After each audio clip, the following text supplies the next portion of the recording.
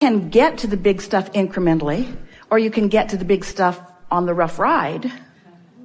The big stuff's there for you. In other words, you cannot stop clarifying life. It just must get better. You cannot stand in a moment in time where you are perceiving what's going on without being aware that it could be a little better in this way and this way and this way and this way. And to the degree that you keep up then, vibrationally, by caring about how you feel. We're going to just jump in here for a minute and then we'll throw it back to you. But we really want to build this foundation because this is really the leading edge of deliberate creation. So you think we're a little schizophrenic because we say, focus on what you want. And then we say, don't focus on what you want if what you want isn't happening. Because if you focus upon what you want from your awareness that isn't happening, then you practice a contradictory vibration to what you really want. So then we began saying, what you want's in the vortex. So you just chill.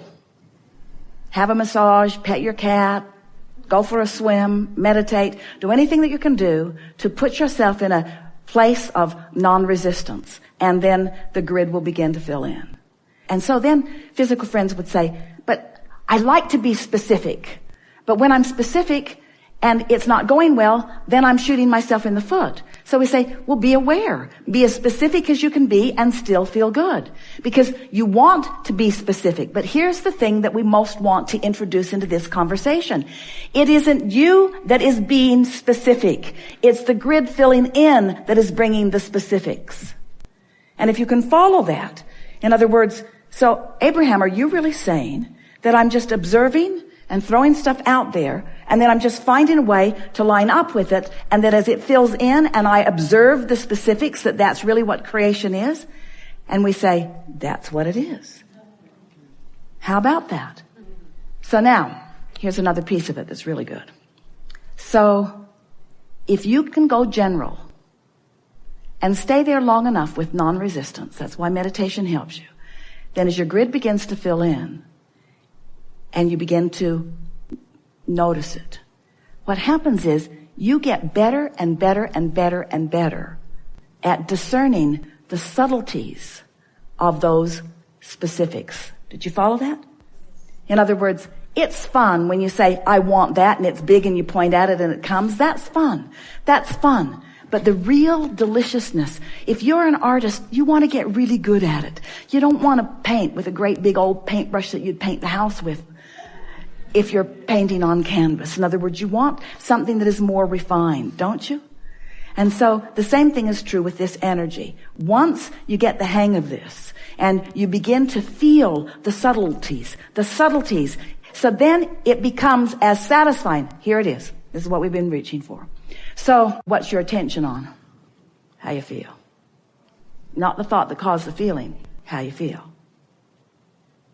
Because if you focus on how you feel, then you're tending to your grid. If you're tending to your grid, the details will fill in, and when they do, you can focus on them.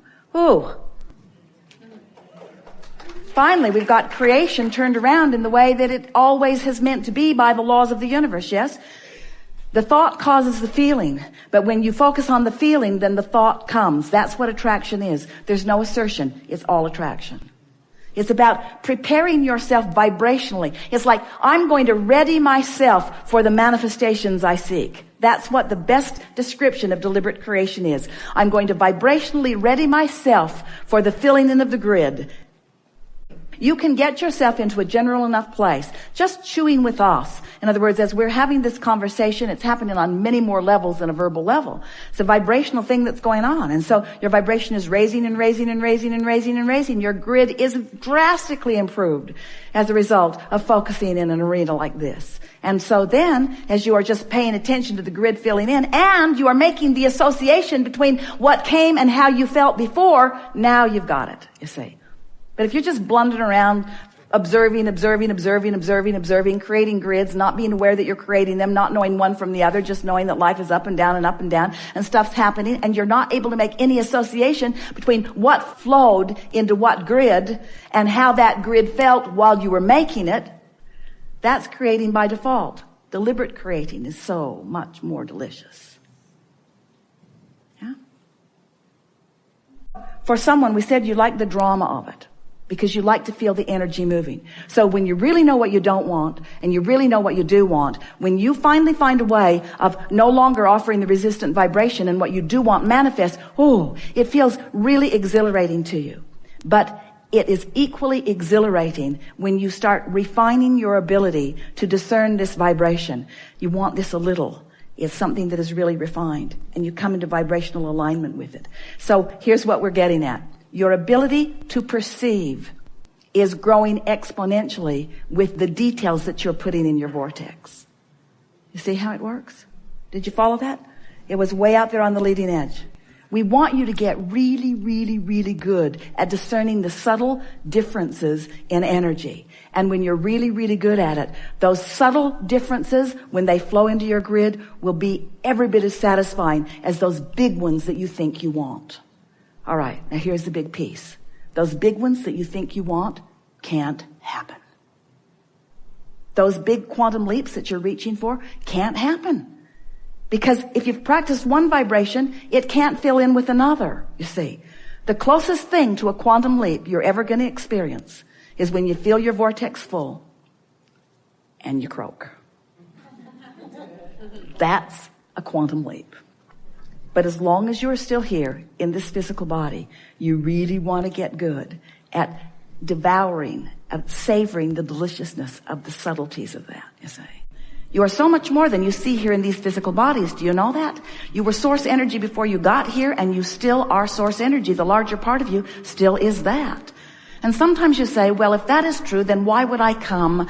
What was the point, Abraham? Why am I here banging around like this with the wanted and the unwanted, the good, the bad, and the ugly? Why am I here?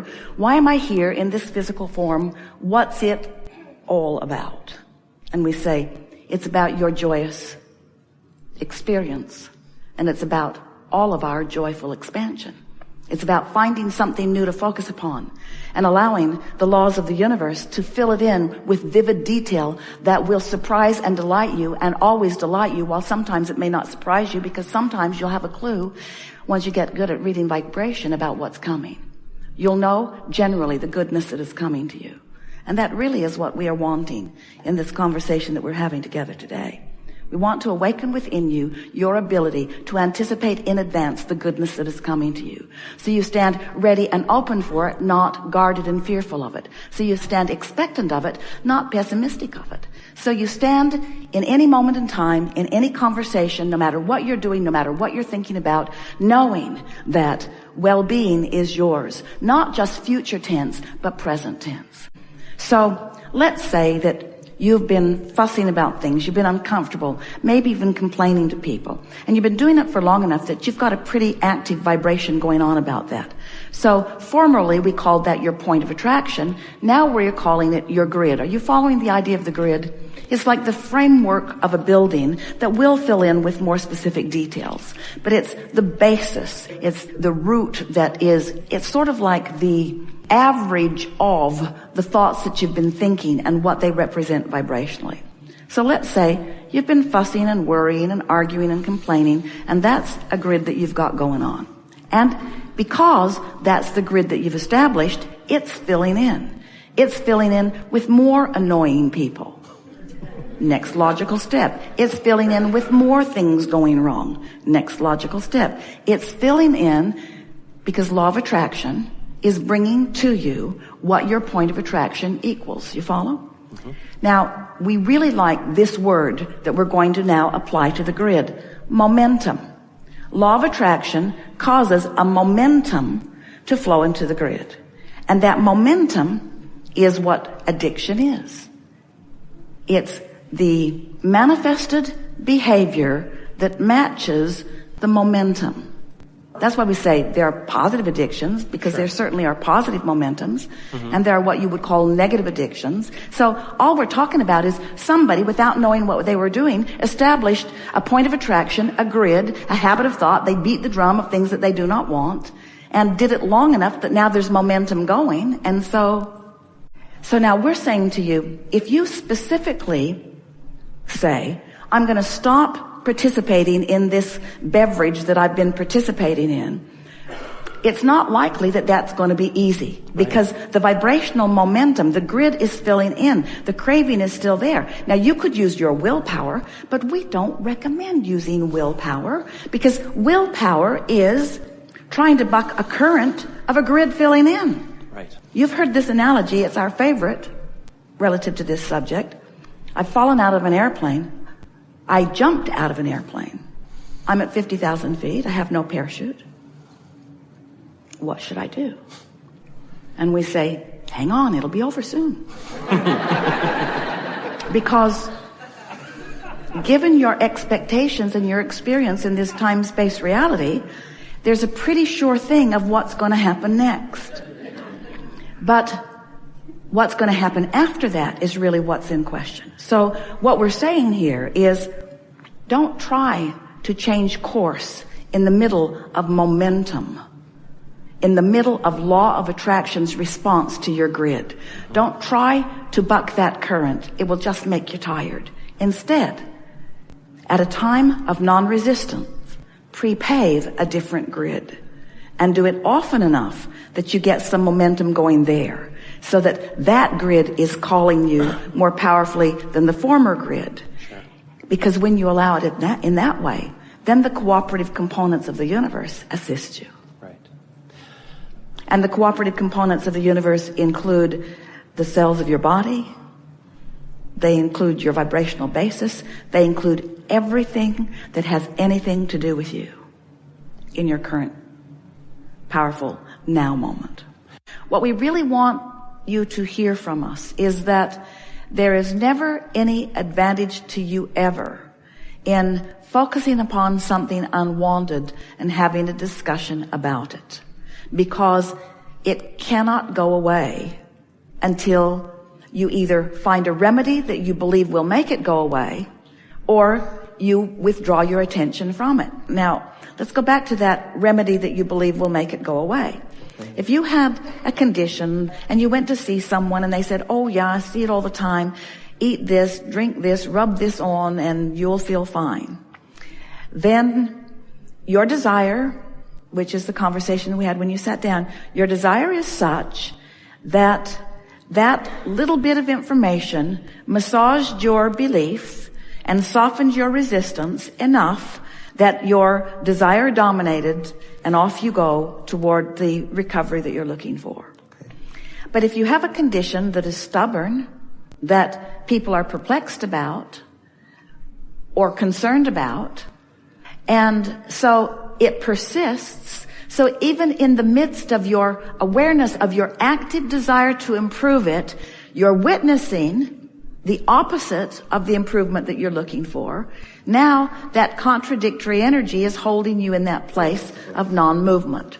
So you heard enough today from us to sort of understand that in order to get it moving more in the direction of what you want, you have to discontinue the activation of the vibration. And we know it's not an easy thing, especially when there's something involved with your physical body. It's not easy to ignore what's going on. And yet that is the work. You have to ignore unwanted while you amplify wanted.